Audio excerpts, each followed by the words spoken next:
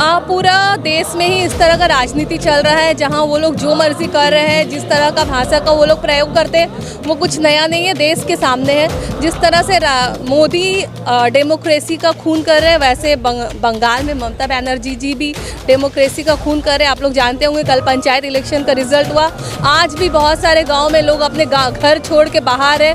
जो कैंडिडेट जीत रहे हैं उनको तक उनका सर्टिफिकेट नहीं दिया जा रहा है। तो जिस तरह मोदी हिंदुस्तान में डेमोक्रेसी का हत्या कर रहे हैं, उस तरह बंगाल में ममता बनर्जी भी डेमोक्रेसी को खून करने में लगी हुई है। लेकिन क्या ब्रिजभूषण बीजेपी का कौन सा बड़ा नेता है, कौन सा बड़ा चेहरा है जिसको एक आदमी जिन्होंने पॉस्को किया है, यौन शोषण किया है, और ऐसे व्यक्ति को इस सरकार बचाना क्यों चाह रही है? सवाल तो ये है। ये बेटी बचाओ बेटी पढ़ाओ का जो नारा है पूरी तरह फ्लॉप हो चुका है। अब तो बेटियां कह रही हैं कि बीजेपी से बेटी बचाओ, ये नारा चल रहा है। तो आप ये कहना चाहती हैं कि दिल्ली में भाजपा रहे और बंगाल में तृणमूल कांग्रेस? यही मोदी और दीदी का प्लानिंग है, लेकिन वो नहीं चलेगा क्योंकि अभी ये हमारे दिल्ली लीडरशिप को भी समझ में आ चुका है और बंगाल की जनता भी समझ गई है कि ये दीदी मोदी दोनों मिली हुई। गैस का दाम आप लोग देख रहे हैं कि 1129 रुपया हो गया। जहाँ पे कांग्रेस का सरकार हुआ है वहाँ पे 500 रुपये का गैस अभी सिलेंडर मिल रहा है। ये कांग्रेस आते ही इसको ऐलान कर दिया।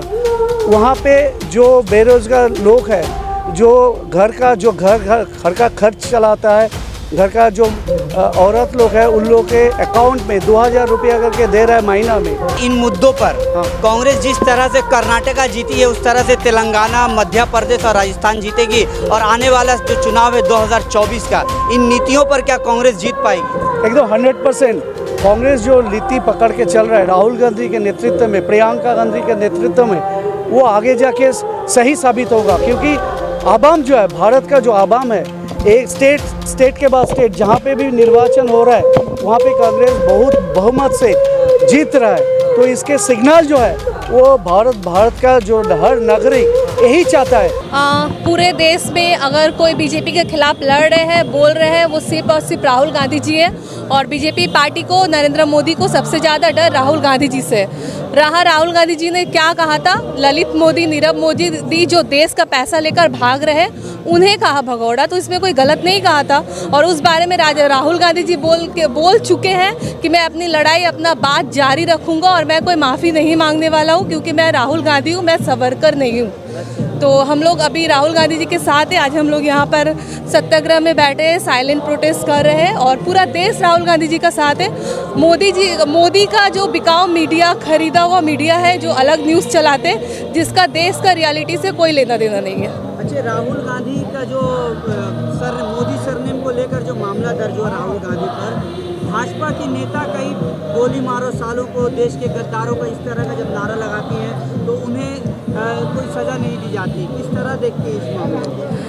पूरा देश में ही इस तरह का राजनीति चल रहा है जहां वो लोग जो मर्जी कर रहे हैं, जिस तरह का भाषा का वो लोग प्रयोग करते हैं वो कुछ नया नहीं है, देश के सामने है। जिस तरह से मोदी डेमोक्रेसी का खून कर रहे हैं, वैसे बंगाल में ममता बनर्जी जी भी डेमोक्रेसी का खून कर रहे हैं। आप लोग जानते होंगे कल पंचायत इलेक्शन का रिजल्ट हुआ, आज भी बहुत सारे गाँव में लोग अपने घर छोड़ के बाहर है।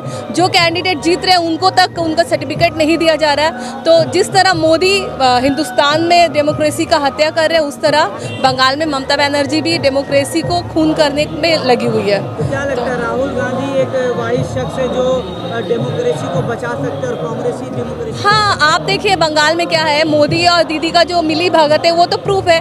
आप बोले कि सेना चाहिए यहाँ पर इलेक्शन करवाने के लिए, फोर्स चाहिए, सेंट्रल फोर्स चाहिए, लेकिन उसके बावजूद भी किस तरह का इलेक्शन हुआ, सेंट्रल फोर्स कहाँ दिखी आपको पूरे इलेक्शन के दरमियान? तो ये दीदी का और मोदी का प्लानिंग है। बंगाल में वो चाहते हैं कि वो सेकंड पोजीशन में बीजेपी को रखे, ताकि डर का जो राजनीति है कि मुसलमानों को डर दिखा सकते हैं कि अगर दीदी नहीं तो मोदी आ जाएगा। तो इसीलिए इसका आप देखिए पूरे इलेक्शन में लड़ाई कौन किया? कांग्रेस किया, सीपीएम किया, ये लोग लड़े तृणमूल के खिलाफ। रिजल्ट आप देख लीजिए, जहाँ पर भी जितना भी हो पा रहा वो लोग बीजेपी को हाईलाइट कर रहे हैं, क्योंकि वो चाहते हैं कि वो जानती है कि बीजेपी रहने से उनको खतरा नहीं है, बीजेपी जानता है दीदी रहने से उनको खतरा नहीं है। आप ये कहना चाह रही, एक भी बिल आप दिखा दीजिए जहाँ पर मोदी का कोई भी बिल का दीदी खिलाफ खड़ी हुई है, कोई भी बिल लाने के लिए वो उसके अगेंस्ट में खड़ी हुई है। तो आप ये कहना चाहती हैं कि दिल्ली में भाजपा रहे और बंगाल में तृणमूल कांग्रेस? यही मोदी और दीदी का प्लानिंग है, लेकिन वो नहीं चलेगा क्योंकि अभी ये हमारे दिल्ली लीडरशिप को भी समझ में आ चुका है और बंगाल की जनता भी समझ गई है कि ये दीदी मोदी दोनों मिली हुई है। एक आखिरी सवाल ये करूंगा कि राहुल गांधी के भारत जोड़ो यात्रा के बाद जो कांग्रेस को ऑक्सीजन मिली है, क्या लगता है 2024 में और आने वाले चुनाव में इसका फ़ायदा होगा? इंशाल्लाह ज़रूर होगा। आप देखिए कर्नाटक का रिजल्ट आपके सामने, और राहुल गांधी जी जिस तरह का मेहनत कर रहे हैं, आप उनको बोल रहे हैं कि एमपी पद से खारिज किया जा रहा है, लेकिन वो अपने लड़ाई नहीं रोक रहे, वो सच बोलने से नहीं रोक रहे। यहाँ तो दीदी के ऊपर एक केस हो रहा है, उनके भाईपों के ऊपर वो जाकर मोदी का पैर धर ले रही है ताकि सेटिंग करके चल सकते हैं। राहुल गांधी जी को एमपी पद से खारिज कर दिया गया, लेकिन वो डरे नहीं है, अभी भी वो कह रहे हैं मैं डरूंगा नहीं, और लोगों को डरने से मना कर रहे हैं। तो ये फ़र्क है राहुल गांधी में और दूसरे नेताओं में। राहुल गांधी ने एक ट्वीट किया था, नफरत की बाजार में मोहब्बत की दुकान वो खोलने के लिए निकले हैं, तो क्या ये ट्वीट जो है काम आया है राहुल गांधी? सब जगह अभी हम लोग इसीलिए अहिंसा का मार्ग से ही लड़ाई कर रहे हैं, और कांग्रेस कभी वायलेंस को सपोर्ट नहीं करता है, इसीलिए जो भी बंगाल में वायलेंस हो रहा है हम लोग उसका खिलाफ है। और राहुल गांधी जी जो मोहब्बत का मैसेज दिए वो पूरे हिंदुस्तान में देखने को मिल रहा है। कह रही कि वो बस सपना होगा 2024 पे प्रधानमंत्री बनने का, क्या कहेंगे इस पर?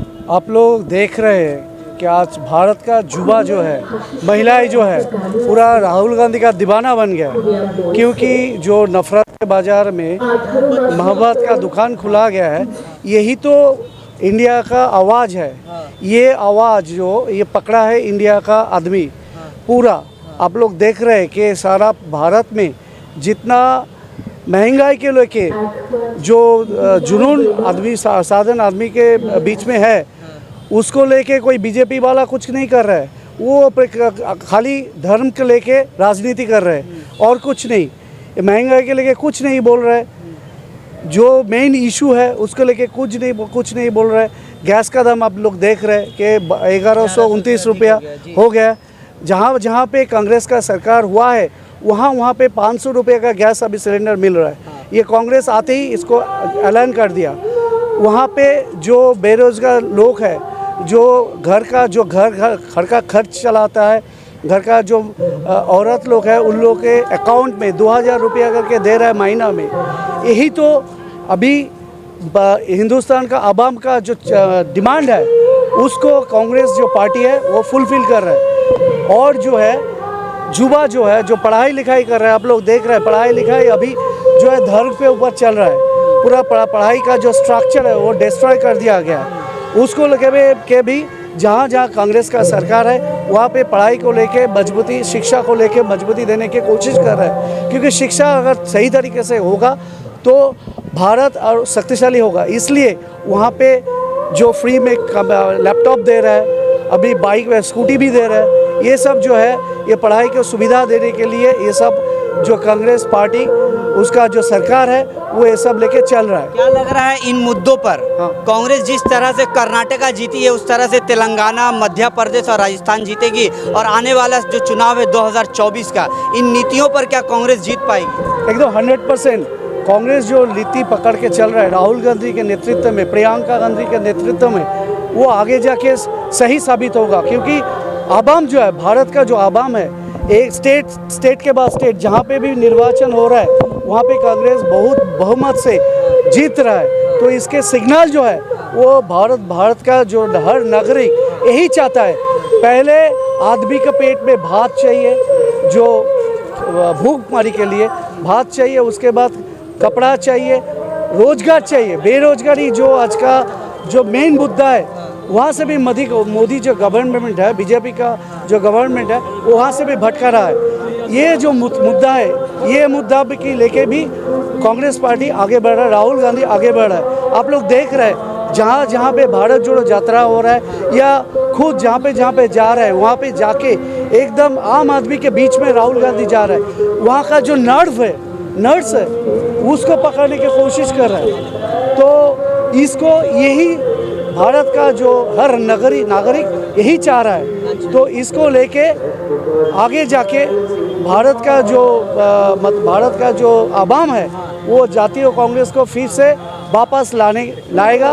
ये कांग्रेस पार्टी का उम्मीद है, ये हम लोगों का उम्मीद है, और भारत का हर नागरिक का उम्मीद है। कांग्रेस पार्टी अगर सत्ता में आए तो फिर भारत का जो इकोनॉमिक कंडीशन है वो भी बेहतर होगा, एम्प्लॉयमेंट का जो प्रॉब्लम है वो ठीक होगा, और बाकी जो लॉ एंड ऑर्डर सिचुएशन है वो भी ठीक होगा। यही मुझे बोलना है। एक लास्ट सवाल आपसे ये करूंगा कि बृजभूषण शरण सिंह आज खुलेआम घूम रहे हैं और राहुल गांधी के एक मोदी सरनेम को लेकर उनकी जो सदस्यता थी वो खारिज कर दी गई, कितना जस्टिफाई दोनों को करते हैं आप? देखिए, बीजेपी में आपने देखा होगा जिस तरह से नारा दिया है, बेटी बचाओ बेटी पढ़ाओ, ये नारा सिर्फ फ्लॉप है, ये नारा सिर्फ जुबानी नारा है। यही वजह है कि पूरे आप कठुआ से लेके उन्नाव और ये बृजभूषण जिसका मामला पूरे सुर्खियों में है, कौन महिलाएं बृजभूषण के खिलाफ खड़ी हैं, ये भारत को देखना पड़ रहा है, भारत की आवाम देख रही है, और देश में सत्ता पर विराजमान जो पार्टी है उसको ये नज़र नहीं आ रहा है। जो बेटियां देश के लिए मेडल लेकर आती थी, जिनको सराहना किया जाता था, जिनको तोहफे दिए जाते थे, जिनके साथ प्रधानमंत्री खुद स्टेज शेयर किया करते थे, गर्व किया करते थे, आज उन बेटियों के साथ यौन शोषण का मामला पूरे भारतवर्ष में आया हो चुका है। भारतवर्ष में उन्होंने चीख कर आवाज़ लगा रही है, धरना प्रदर्शन करने का भी अधिकार उनको नहीं दिया जा रहा है। और बृजभूषण जिसको पॉस्को के तहत जिस पर मामला ठोका गया है, आज अगर किसी व्यक्ति के खिलाफ पॉस्को का आइन बैठता है, मामला बैठता है, तो उसको रातों रात उसके घर से उठाकर जेल की सलाखों में डाल दिया जाता है। लेकिन क्या बृजभूषण बीजेपी का कौन सा बड़ा नेता है, कौन सा बड़ा चेहरा है जिसको एक आदमी जिन्होंने पॉस्को किया है, यौन शोषण किया है, और ऐसे व्यक्ति को इस सरकार बचाना क्यों चाह रही है? सवाल तो ये है। बेटी बचाओ बेटी पढ़ाओ, ये बेटी बचाओ बेटी पढ़ाओ का जो नारा है पूरी तरह फ्लॉप हो चुका है। अब तो बेटियां कह रही हैं कि बीजेपी से बेटी बचाओ, ये नारा चल रहा है।